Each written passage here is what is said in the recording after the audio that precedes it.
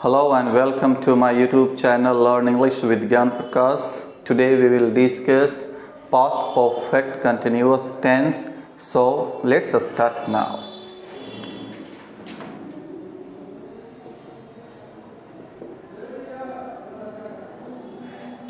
Past perfect continuous tense, इसका पहचान यानी आईडी हम लोग पहले देखते हैं। इसका पहचान होता है कि समय के साथ क्रिया के अंत में ता आ रहा था, ती आ रही थी, ते आ रहे थे इत्यादि लगा रहे। समय के साथ क्रिया के अंत में ता आ रहा था, ती आ रही थी,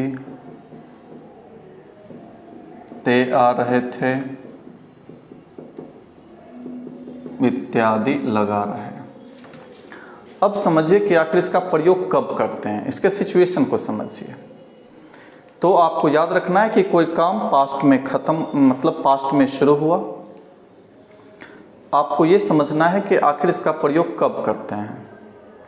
तो आपको ये याद रखना है कि यदि कोई काम किसी निश्चित समय से पास्ट में शुरू हुआ, फिर वो कुछ समय चला और फिर वो खत्म हो गया, तो इस तरह के सिचुएशन के लिए पास्ट परफेक्ट कंटिन्यूअस टेंस का प्रयोग किया जाता है। एक मैंने आपको बताया था प्रेजेंट परफेक्ट कंटिन्यूअस टेंस। उसमें क्या होता है कि कोई काम पास्ट में शुरू हुआ और अभी तक जारी है, वो बंद नहीं हुआ है, तो वो होता है प्रेजेंट परफेक्ट कंटिन्यूअस टेंस। लेकिन कोई काम पास्ट में शुरू हुआ, कुछ समय चला और पास्ट में ही खत्म हो गया, तो ये होता है पास्ट परफेक्ट कंटिन्यूअस टेंस। तो चलिए इसका स्ट्रक्चर देख लेते हैं। Subject plus had plus been plus before plus object plus for या सिंस प्लस टाइम। आप लोगों को मैं प्रेजेंट परफेक्ट कंटिन्यूअस टेंस का जब डिस्कशन करा रहा था, तो उस वीडियो में आप फॉर या सिंस का प्रयोग देख सकते हैं, जिसमें मैं विस्तार से चर्चा किया हूं। तो चलिए इसका अब एग्जाम्पल देख लेते हैं। जैसे वह घर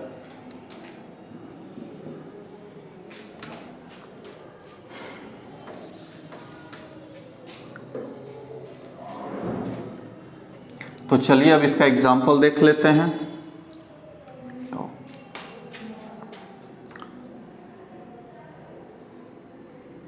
अब इसका हेल्पिंग वर्ब देख लेते हैं।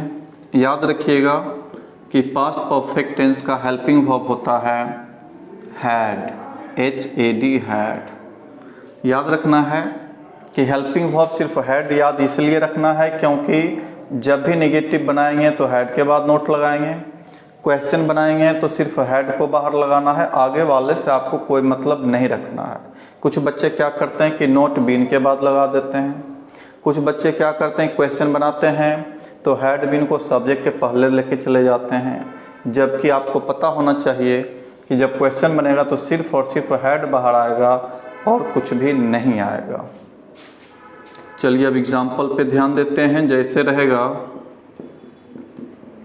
वह 2 घंटों से खेलता आ रहा था।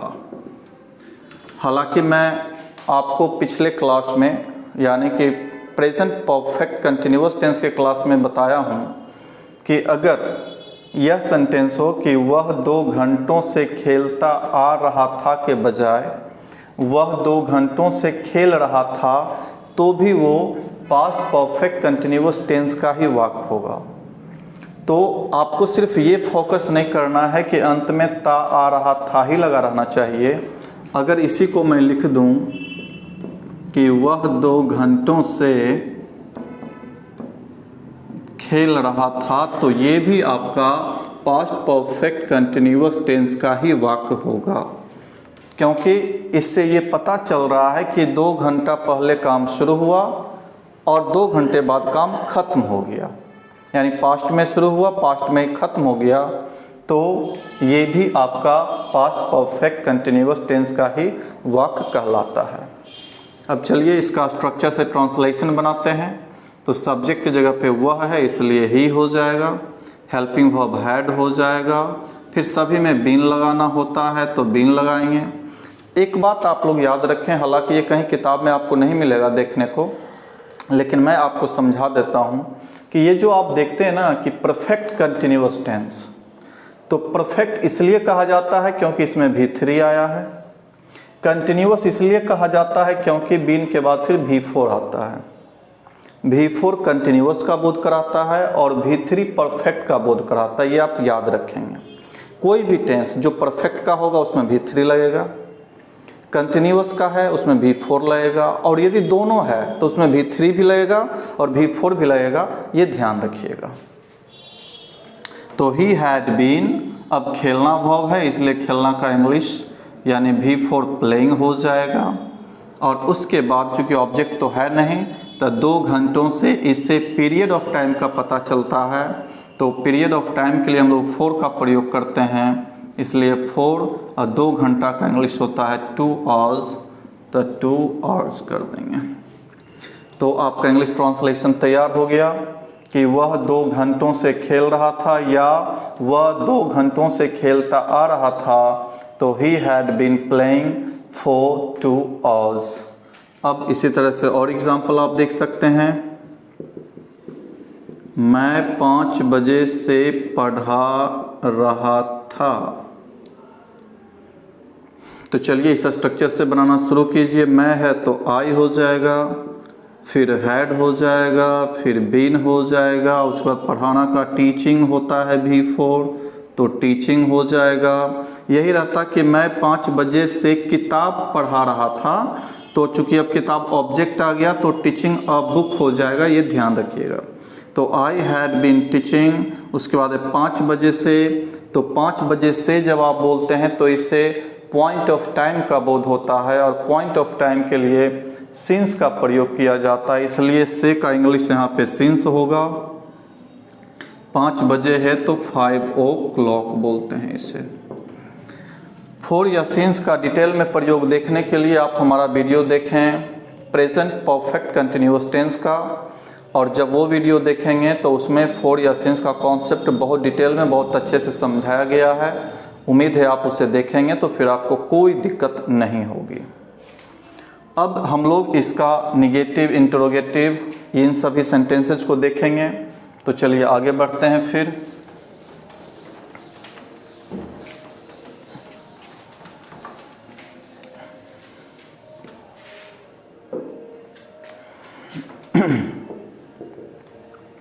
नंबर ए में है वह 2 घंटों से क्रिकेट खेल रहा था। तो चलिए इसका बनाना शुरू करते हैं। वह है तो हो जाएगा ही, फिर हेल्पिंग वर्ब हैड, उसके बाद बीन, फिर खेलना का V4 प्लेइंग, ऑब्जेक्ट है क्रिकेट इसलिए क्रिकेट लगाना होगा। फिर आपका आ गया फॉर या सिंस प्लस टाइम, तो 2 घंटों से ये पीरियड ऑफ टाइम का बोध कराता है, इसलिए उसके लिए से का मीनिंग 4 होता है। 4 लगा दीजिए। 2 घंटों का इंग्लिश होता है 2 आवर्स। नंबर बी में अब इसका निगेटिव बनाएंगे तो बन जाएगा वह 2 घंटों से क्रिकेट नहीं खेल रहा था।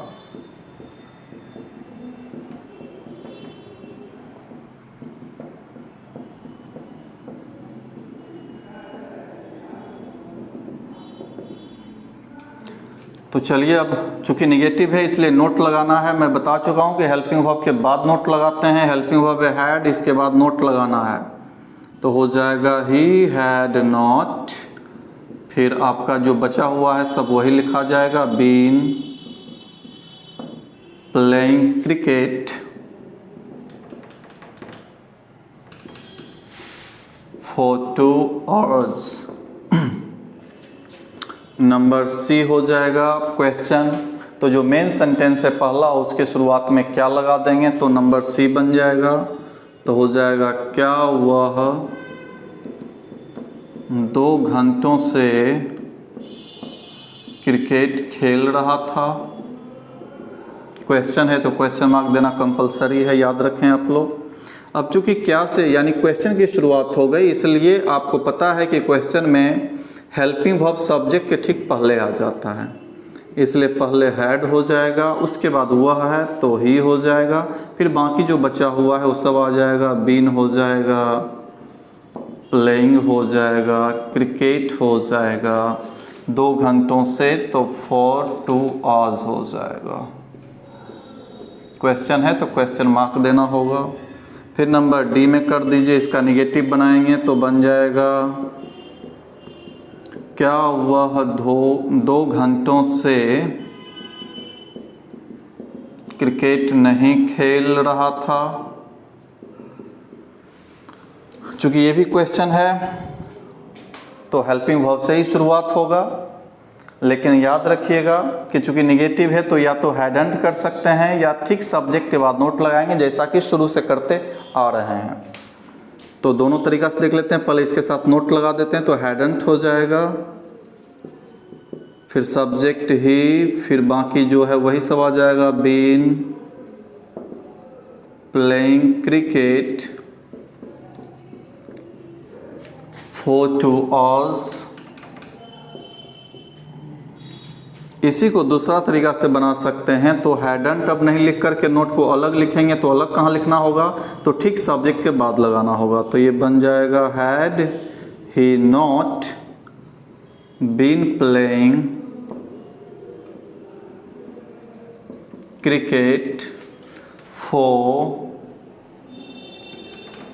2 आवर्स। नंबर ई में आ जाइए। अब ये जो मेन सेंटेंस है कि वह 2 घंटों से क्रिकेट खेल रहा था, इसमें जब आप क्यों, कब, कैसे, कहाँ लगा देंगे, तो नंबर ई बन जाता है। तो देखिए, वह 2 घंटों से क्रिकेट क्यों खेल रहा था।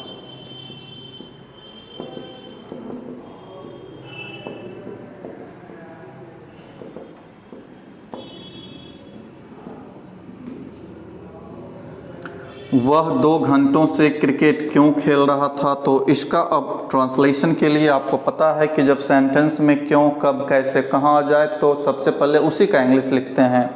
तो क्यों है तो आप इसे व्हाई कर दीजिए। अब सब्जेक्ट नहीं डालना है, चूँकि क्वेश्चन है तो हेल्पिंग वर्ब तब सब्जेक्ट। तो why had he been playing cricket for 2 hours. फिर आ जाइए इसके बाद नंबर एफ में।